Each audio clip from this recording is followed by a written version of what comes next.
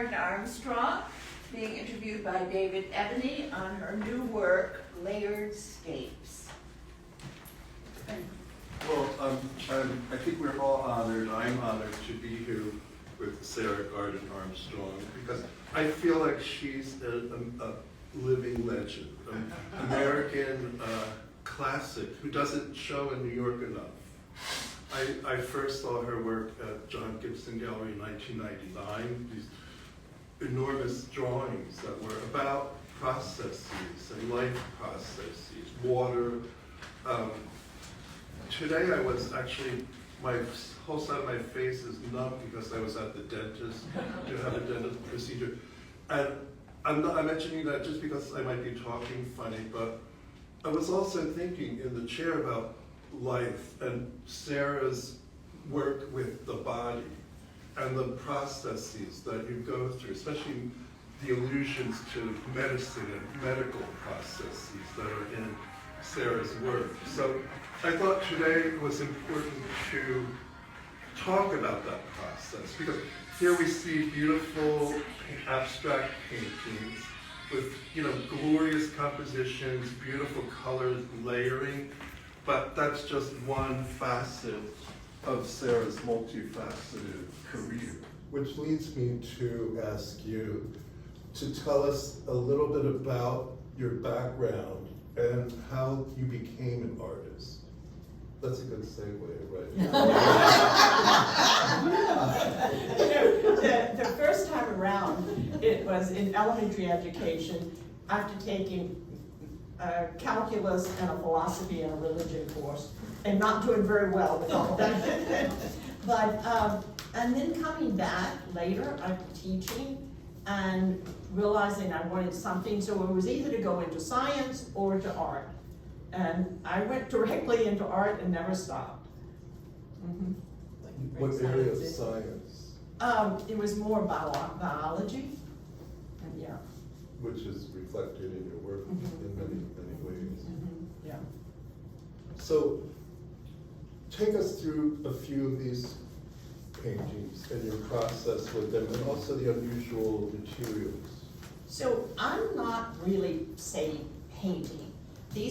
This work is done horizontally, and I'm using abaca fiber or a pit fiber that's a paper making, and I am mixing pigment from paper making, which is very strong color, and I am literally pouring it on, and then it has to, manipulating it some, letting it dry, peeling some back off, and layering it on, and I'm working on accidents too. I'm working on trying to see what's going to react to something else with things, and it takes a while with these paintings because they have to dry before you can't.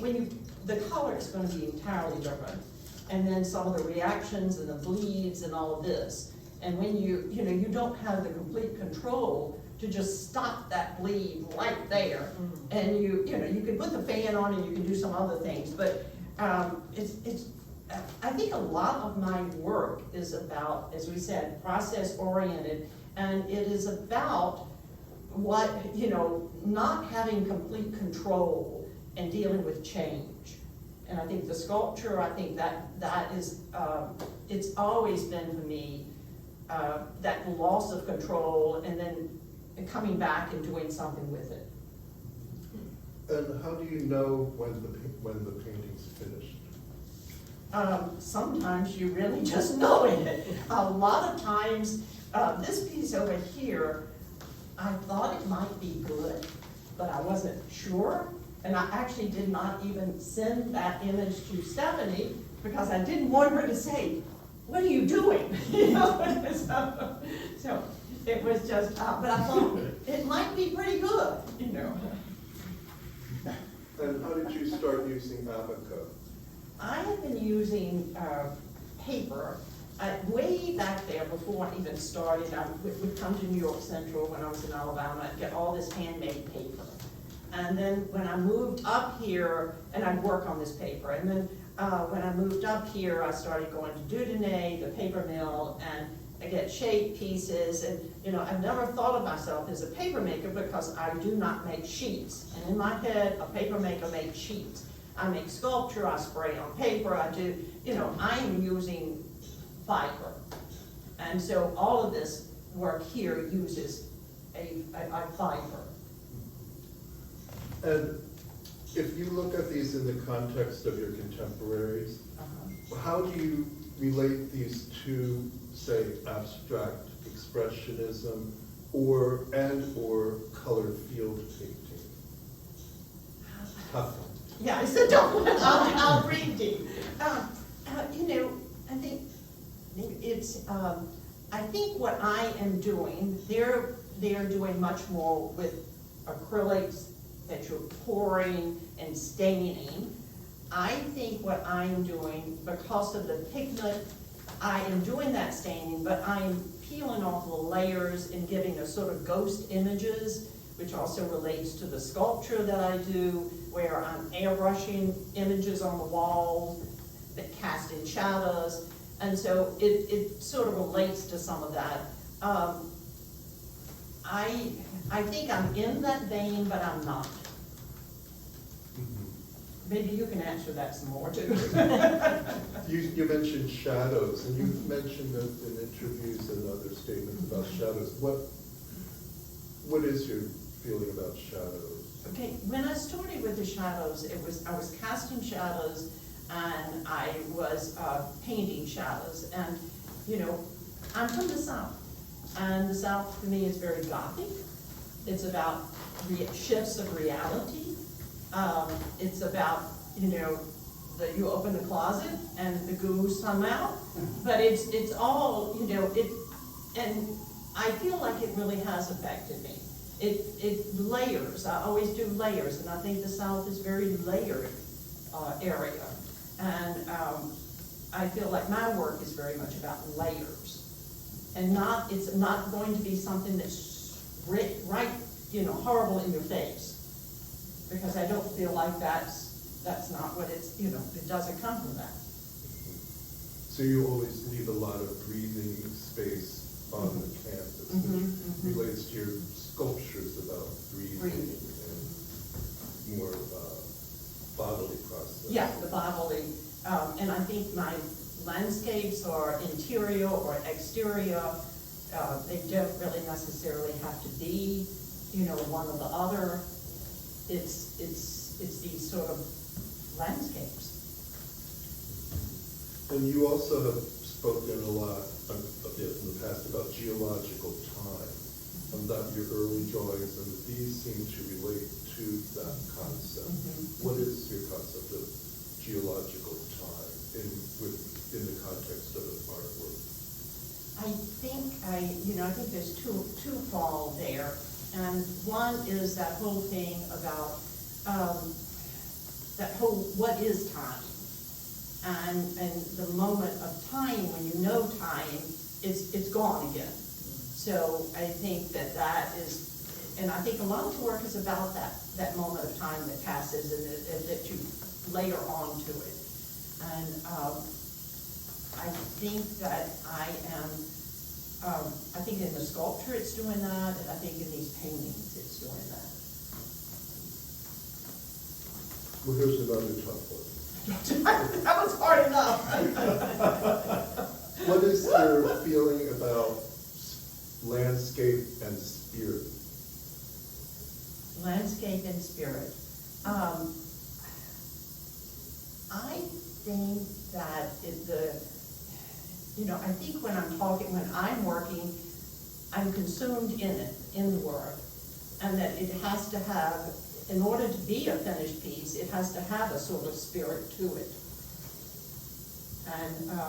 And I think that's one of the things that, and the spirit can be also, it doesn't just have in that box of religion, but it's a spirit. It has something there that speaks out to you. As you're in the process of creating it. It's not something you think about afterward. No, it's in the, you're in there, and I again, I'm very process oriented, and so I am not particularly consumed with thinking about that word. I'm just consumed in the piece, and that's part of the work. And also I needed to ask you about your relationship to minimalism, because especially some of your early installations and sculptures have got referred to as minimalist. I know it. I have a battle. I've had that battle between minimalism and organicness. And when I was working on the book, I realized this battle has been a long time in the process from the early beginning. And I think it's one of the reasons I can't work outside. I want the boundaries of something. And because I still have that battle, but early on, I really did go in with the early canvas pieces. That was, I had that curve, and the paintings, as they started coming off the wall, and we'll look at a piece of sculpture of it, but as they came off the wall, it was much more interesting to be in an environment that you walked around and your shape related to this shape. But it is it's a contradiction that I think has given me a lot of energy through time. A battle. And then I wanted to ask you about the emotional content in the work, because you also have said they have a lot to do with loss, with love. And so some of the when I did the work at the Bronx Museum and that installation, my mother was dying, the Gulf War was going on, and I was completely consumed.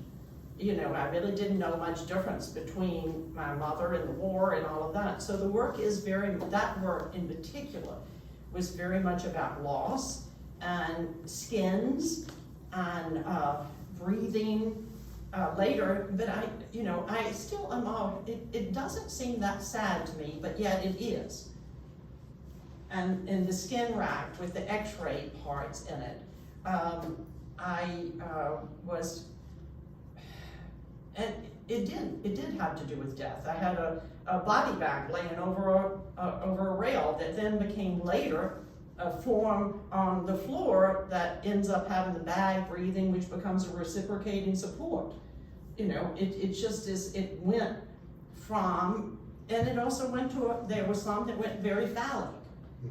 So it sort of is all of those emotions, and I think and there's a piece that is 2 caskets, plastic with breathing inside. And for me, that was about relationships that are, side by side and never touching.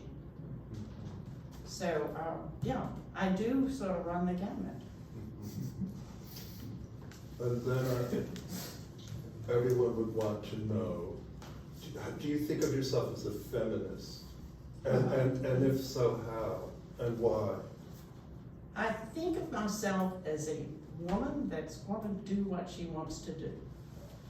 And I think that, I did not manage to be, I was in some of the feminist organizations.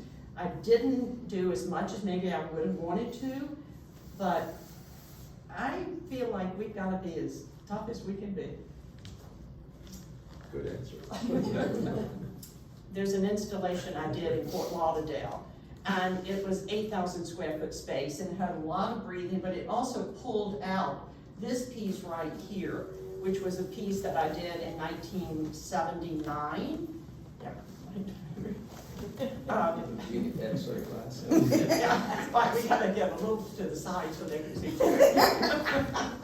But when David was mentioning about minimalism, this is really coming right out of that. I'm very much affected by it. This is wooden forms with stretch canvas and airbrush, and sound and speakers are all in, let me see if I can get that to go. Oh, let me just go back here and see if I can make that go again. But the speakers are in different positions there, and so the sound is very bodily, so that you feel it when you go in the center of it. And the color, there's a color change. But, and then this, when I was speaking of this piece right here, where the two caskets, they very much breathe. And it's, and it actually has a little sound. And these are from your show, your This recent is touring recent. museum show, maybe say a few Yeah, words this about was that. from, it was a show that toured for 2 years, and each location was very different, and this is the last location. And like this, the piece that has the backs and the light, those were done earlier for the Bronx Museum. They were very much, and I think what happened with showing it again, I ended up with this LED light of drawing in space with it. And here is a breathing box. This is, it sort of is harder to see on video that it just breathes in and out, but you know, it has sort of a subtle meditative quality about that. Were those the closed systems that you? That would have been, contained? yes, that is very much a contained closed system, yes. It is, and you know, the water and the ocean have been always really important to me. It's the sound system, then you walk along the edge and you can hear it in sort of that whole meditative, and the power of the water and the ocean, sort of life-giving and life-taking. So for me, that previous one, well, let me go back here. This one is, you know, is that closed breathing system. Does that have sound? It has a low sound, it's not very loud, yeah. So. Like breathing? Yeah, it's a breathing. And then this is the skin rack, which has the X-ray equipment, which is a 3M optical lens. And I use that as that, and those are, you know, they're light skins, they're hanging with fish hooks at the top on a rack. And there's a grow green light on the base, which gives it, so for me, the grow green was important. It's for the skins. And then this is just recently a air player installation that I did at the Gadsden Museum. And here what I have is, so they're blower boxes, and those are blowing off and on switching, so they're blowing air to sort of slightly shift. And then instead of shadows being painted on the walls, there are 4 projectors. So they're coming from both directions, and there's a wall you're not seeing that has form on it. But then one is low, so that you are a part of this piece. When you walk into the space, your shadow is also cast in it. How important is that circulation of the viewer? Is that, do you start out there, or how? No, I don't start out there, but it's really important. It's, and I think a lot of this work has a physicality, and that in order to really experience it, you need to be physically there. And it's like the early sound, it's the air players that you walk in it. This, you're not walking in it, but you are casting inside of it. It's so important to keep that in mind these days in our Instagram universe, where, you know, I try to get my students go and look at art because it's so different. Even this is a three-dimensional experience to walk around and look at these paintings, because it's not like looking at a digital image. It's got life, it's got the spirit. If you're open to it, you will feel that from these works, but you can only feel that in person. Yeah, I really think it's just true. It's just, you don't get it in an image. And actually, I don't want to keep blathering on, but there's forms in this relate so much to these paintings. Yeah, and that's, I was thinking that, you know, because we were talking about that the paintings don't just come from, they're part of the whole group, the whole body of work, and they come from these forms and these gestures that the sculpture makes. And then this piece is the figure that once was laying over a rod, you know, a banister, as just a body bag, and then becomes, with all the light in it and the breathing of the bag, that it becomes something else. And it has this part over here. So, you know, a lot of this was from the hospital too, but it is reciprocating. They're life support things. And we all sort of need whether it's people or whatever, we need all this. When we were talking about the relationship of the paintings to sculpture, I just put this in here too, because this was a piece from the Air Players Limited Edition that some of you all remember, that it really has, it has the forms of the paintings, you know, with that gestural. And again, inside these, there's LEDs and a little incandescent light that changes and sandblasted. So it has the layers of the paintings. Are they an addition, or are they unique? It is an addition, but each environment is a little different. Yeah.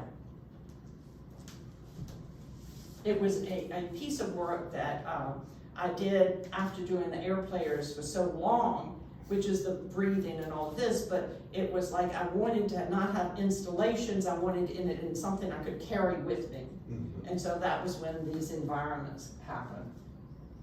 Now, this is another atrium that deal very much with the lungs, and it was for a biotech firm and outside of DC. And inside these bags are breathing. And I think a lot of my work is very much about drawing in space, the sculpture. So again, it's the gestural. And the hoses became these drawings. Mm-hmm. How closely, if you get a commission like that, how closely do you work with the scientists or whoever is on staff in the company? This not so much, but this next one, this one right here, tremendously. This was for multiple sclerosis, and I did not understand, I didn't know the disease. I had dealt with breathing forever, so that I understood. But I worked really, you know, I felt at first that my studio was a lab, because there were so many images. And then finally I realized that, you know, I can't discover how to solve this. I'm doing an art piece that's related to this, but it was. And so for me, what this, I'll show you a video short, but it is an abstraction of the brain with sort of it's a landscape with the neck becoming, you know, back here, that going into the spine. And the LEDs move through, the light is moving around, and when they turn red, it's referencing that you can't move your arm or something. So, and they're like neurons. And it's on permanent? It's a permanent piece, yeah. Love to see that in person. Where is it? It's in Birmingham. That was sort of my introduction back to, you know, that it would be nice to live there. Again, I've done that. Yeah. Do you find the reception of your work different in different parts of the country? You know, it's been easier with doing this touring show, doing it in a region that you could drive, and easier, and also that I have a building where I have a lot of this work. So I think the logistics in New York is harder if you don't have as much of the work, and some of the places that I've lived have been much more limited. Now, but I will say that the atrium with the breathing, I did that in an apartment. So you can do whatever you want to do, but it's just not as easy. Yeah, so So I just also, I thought this was kind of fun. You know, again with sculpture, and particularly with this commission, which I worked on over a year, and the LED drawing, you know, it was also so hard because I had not worked with LEDs, and they have to connect.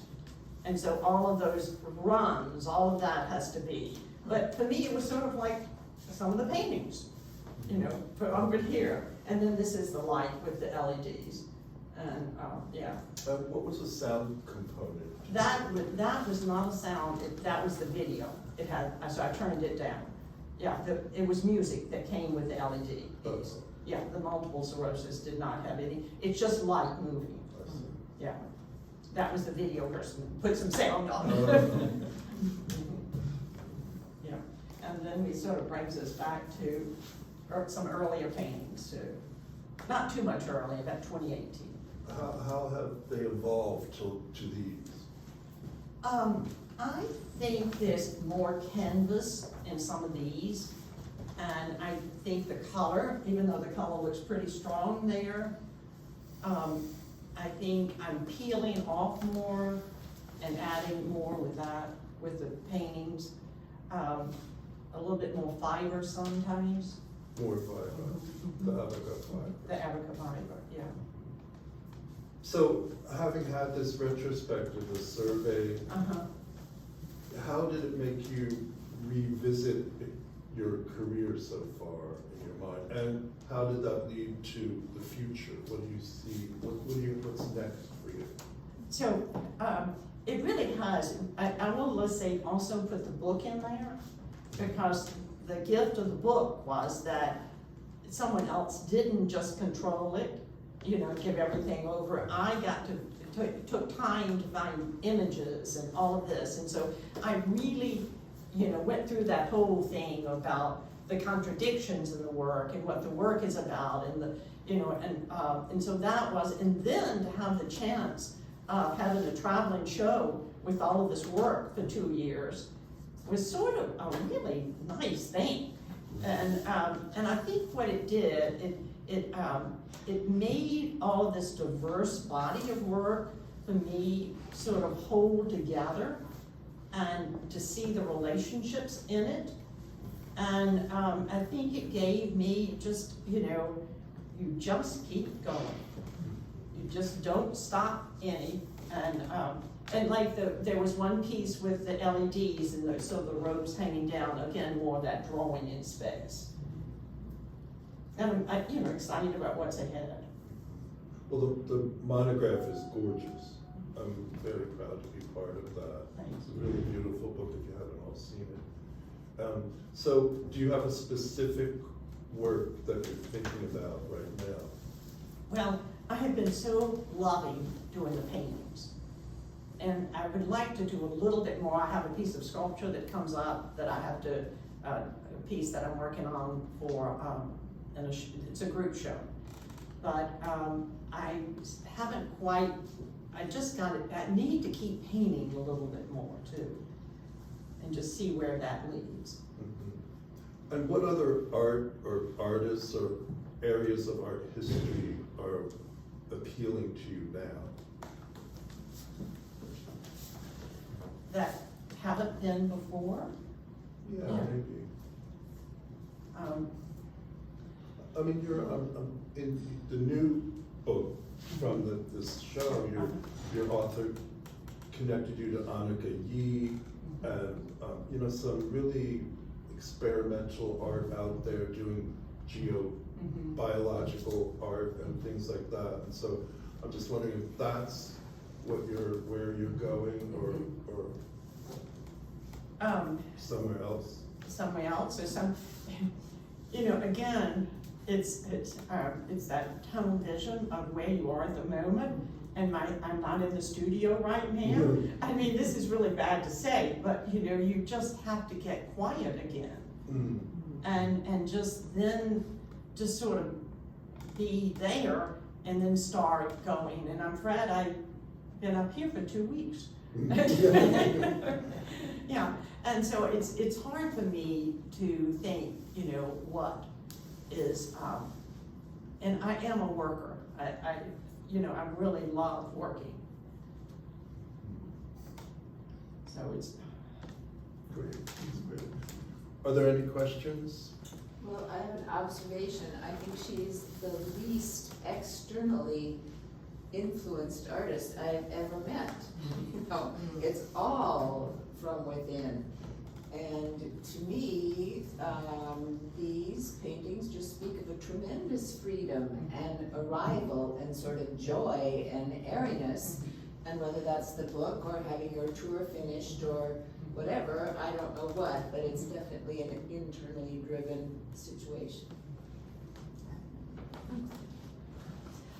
You said that when you're working, you lay the canvas flat. Yeah. And I was wondering if you always stand in one angle, or do you move around as you're inspired to? I move around, and then you also, you know, then you have to pick it up and put it up. Figure out. And well, then you put it up.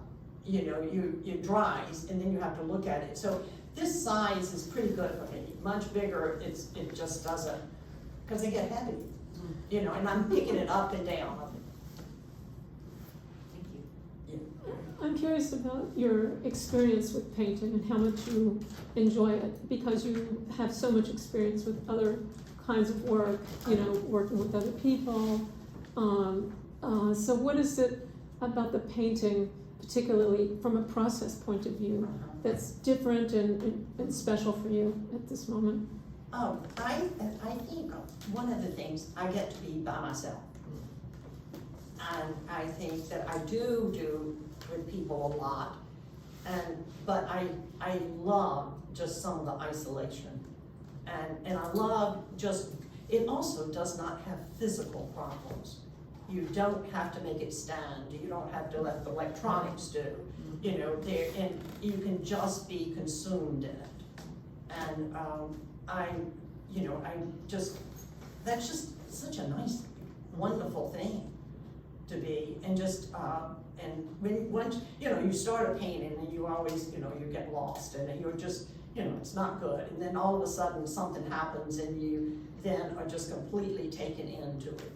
And you are figuring what you can do with it. And sort of going into that more, like I think some of your installations are labyrinths of time, and these are almost like instants of time. Can you talk about your philosophy about time in regard to your paintings?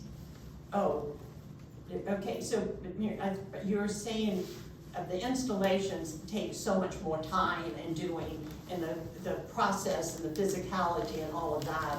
And in the paintings, you can work on the layers and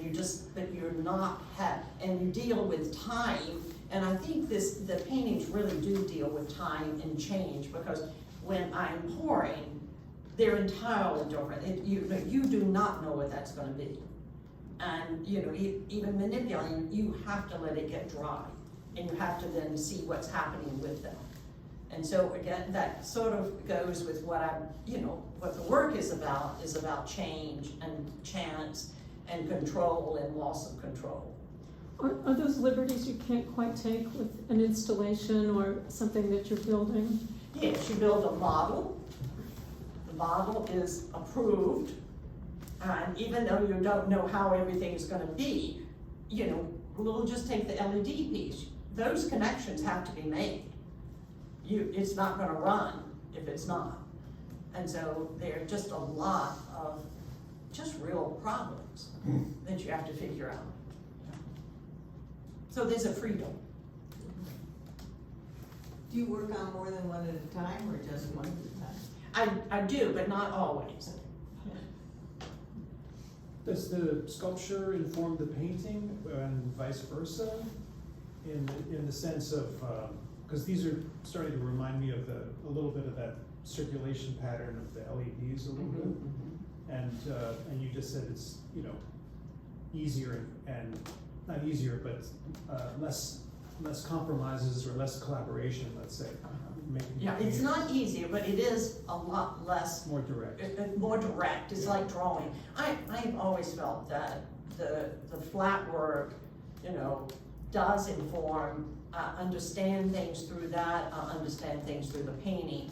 But they all sort of weave in, and it was interesting with the monograph, because it just mainly had sculpture at one point, and I thought, the flat work is the major thing, so it was just a really, sort of eye-opening to think how important flat work is.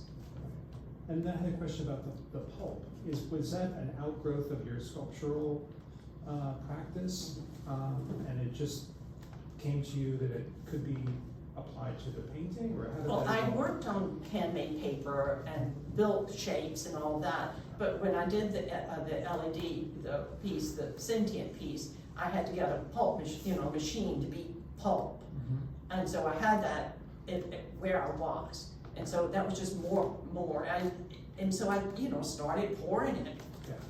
And, Yeah, it's nice because when you see the work from far away, it just looks like a straight painting, but then, you know, as you get closer and get a more intimate view of the work, you can see the surface and the pulp, and, you know, it's a whole nother experience up close. Yeah, yeah. I get so engaged trying to figure out what came first and what came later and how the different layers mixed. And so in that sense, time is so baked into these things. I really don't think of it just as the final piece. I kind of reverse engineer the history of it. And sometimes I'm wrong, sometimes I check in with you and I might be right about which came first. And I just think it would be so fantastic to have like a stop action film. If you could just position, if this canvas truly doesn't move for 3 days while you're working on it, just set up a camera and have it take a picture every 5 minutes, and just forget about the camera, and then just see what's there at the end. I would love to see how it's made. I would love to see the and genesis so, you know, of because it. I can't always remember either. Yeah. Sure I can. That's not important, you know, but you know, it is in a sense. Yeah. I guess it's not, though, to me. What? It's not important to know how it's made, it's only important what happens at the end. Yeah. Right. Any other questions? Well, thank you, Steffany Martz, for bringing this show to New York. Thank you.